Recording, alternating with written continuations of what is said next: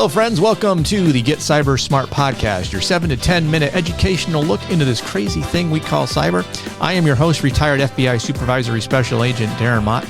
And in this episode, we're going to continue on in our little program here on protecting your kids online. This episode, we will talk about social media and the apps that your kids are using, the risks associated, and how to keep your kids safe. So, before I get into the gist of today's podcast, I do want to say that I'm going back to creating videos for YouTube of this particular podcast. So if you are not so much an audio listener, but you like listening or watching videos, you can check out this podcast in video form at YouTube on the Get Cyber Smart channel. Just type in Get Cyber Smart, CyBUr, and you can come across it, which is ironic that I'm saying that because we're going to talk about YouTube and the potential threats or risks associated with YouTube to your kids.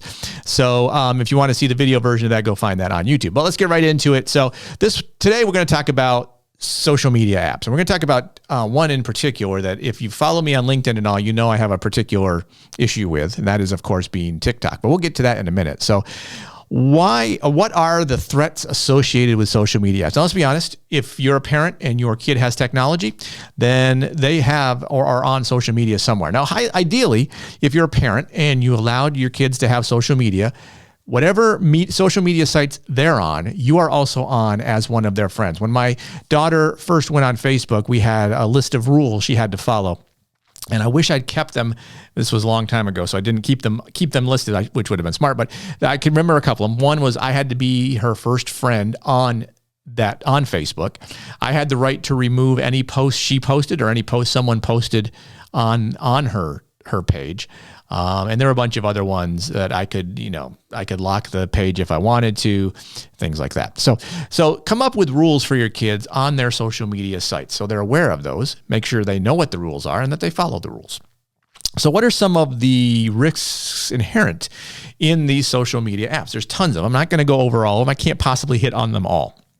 But I'll hit on the main ones. The chances are your kids are using. But the main threats, according to Experian, are child predators. Again, these are all going to be threats that we've talked about in previous episodes, but it's worth repeating here. So child predators obviously are looking for kids on these social media apps. Scams, including identity theft scams, which is probably the number 3 financial loss from cybercrime year in and year out. Inappropriate and dangerous content, sharing posts they regret later, misinformation, cyberbullying, harassment, social media addiction, and exposure to targeted ads and marketing that can give them unreasonable beliefs about themselves, their body image, and things that they should want or have, that kind of thing. So what are the top apps that the kids are using?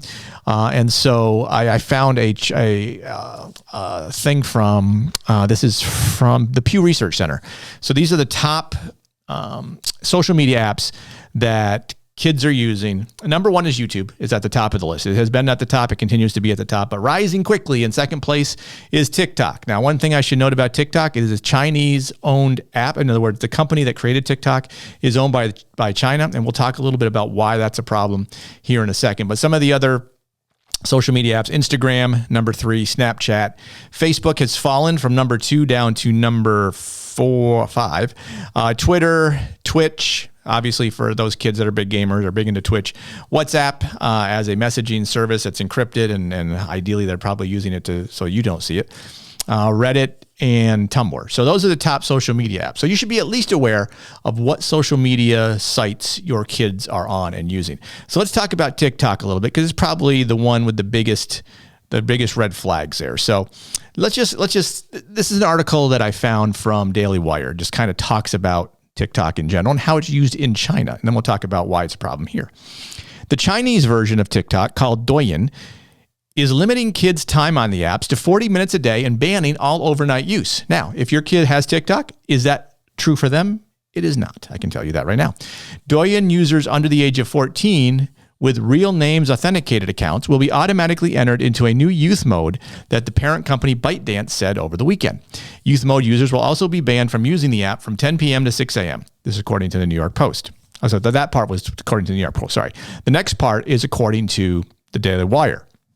So let's step back a second. So obviously China recognizes the issues that are possible with TikTok from an addiction perspective, from putting information on there to dangerous to kids, that they're limiting the use to those that are 14 and under.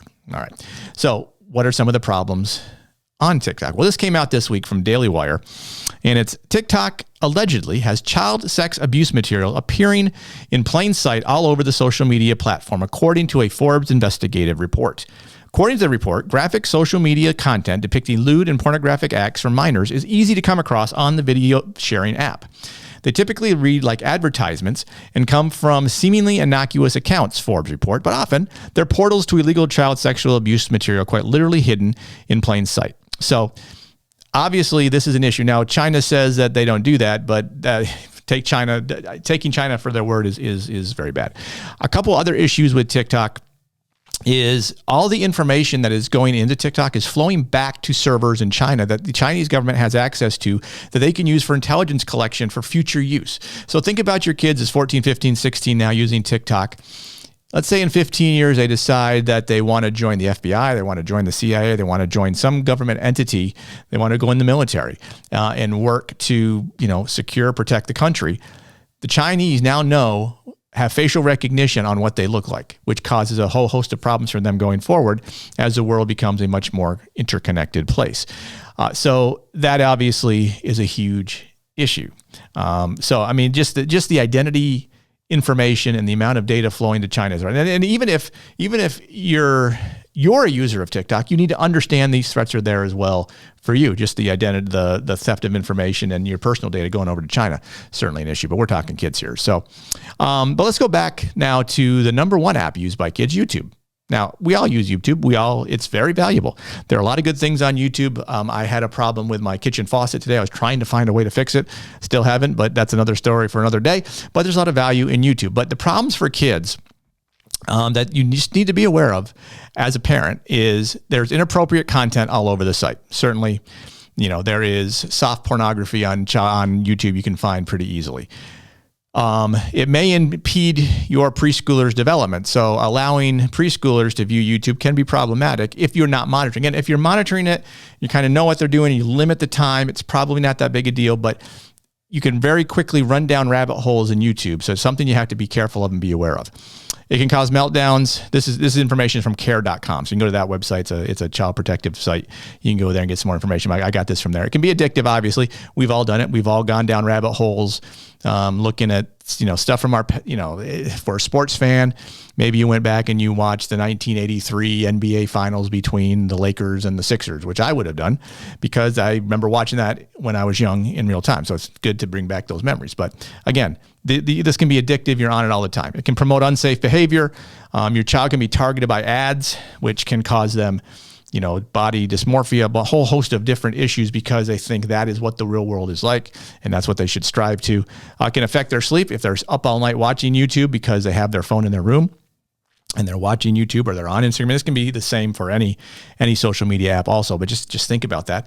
And YouTube comments can be problematic. You probably don't think about that. If your kid is a YouTube creator and puts videos on YouTube, then people can comment to that. And those things can be cyberbullying. It can affect the mental health of your kids. So I would suggest at a minimum, if your kid is a creator and they're not making money on YouTube, which that's the other problem with YouTube is you have all of these YouTube creators that are making millions of dollars and every kid thinks, I can take my phone, I can make some content, boom, good things can happen. But then you think some of the content that shows people doing stupid things, if your kids try to replicate what they're seeing on YouTube, it could cause them harm. It could cause a whole host of different issues. So with that, just be aware, those are some of the common risks and threats associated with YouTube. TikTok is a much bigger issue. I would recommend that once you're done with this podcast, if you're still not sure about TikTok, just go do some research. Go look on TikTok I'll go look up articles about TikTok and some of the stuff that they're doing, which is really problematic. And if you're a parent, I would honestly reconsider allowing your kids to be on TikTok. Now, if that horse is out of the barn, at least restrict what they're doing, follow what they're doing, pay attention to what they're doing, what they're putting on there, because some of these things can come back to haunt them down the line. I didn't really get into the other apps, but they all kind of have the same similar type of threat issues. Instagram, obviously, is pictures and all that kind of stuff. So you can find, pictures there. Predators will use Instagram to try to target and groom individuals because you can easily follow people that you see on Instagram, which can lead, to things going that way. So again, just understand that these social media apps are there. They're designed to engage your kids for the dopamine to flow as they're getting, reinforcement for comments and likes and all that kind of stuff. So it can be very problematic for a very immature mind. And I don't mean that like immature, they don't know, I just mean they're young minds that haven't developed fully. And just be aware of the threats for yourself in general. So with that, I hope you found value in this episode. We will continue on in this series, a couple more episodes going forward. If you found value in this particular podcast version, feel free to pass along to your friends, have them give a listen. If you have thoughts or comments that you want to direct to me, email me, Darren@thecyburguy.com, cyber spelled CYBUR. You can find me there. And if I'm smart enough and can figure out in the YouTube video, I'll post it here somewhere on the screen, but you can do that there. Again, thank you so much for listening. Know that knowledge is protection. As you go through your week, make sure you understand the threats that are targeting you, targeting your kids. Assess your risk. You can then proceed wisely. Again, email me with thoughts or comments. If you're watching this on the YouTube channel, feel free to comment below. If my lighting's off or you have other issues, then feel free to do that as well. But trying to reach out with more ways to help people understand what they are, because I am the cyber smart educator, as I'm branding myself now. Thanks for listening. We will talk again soon.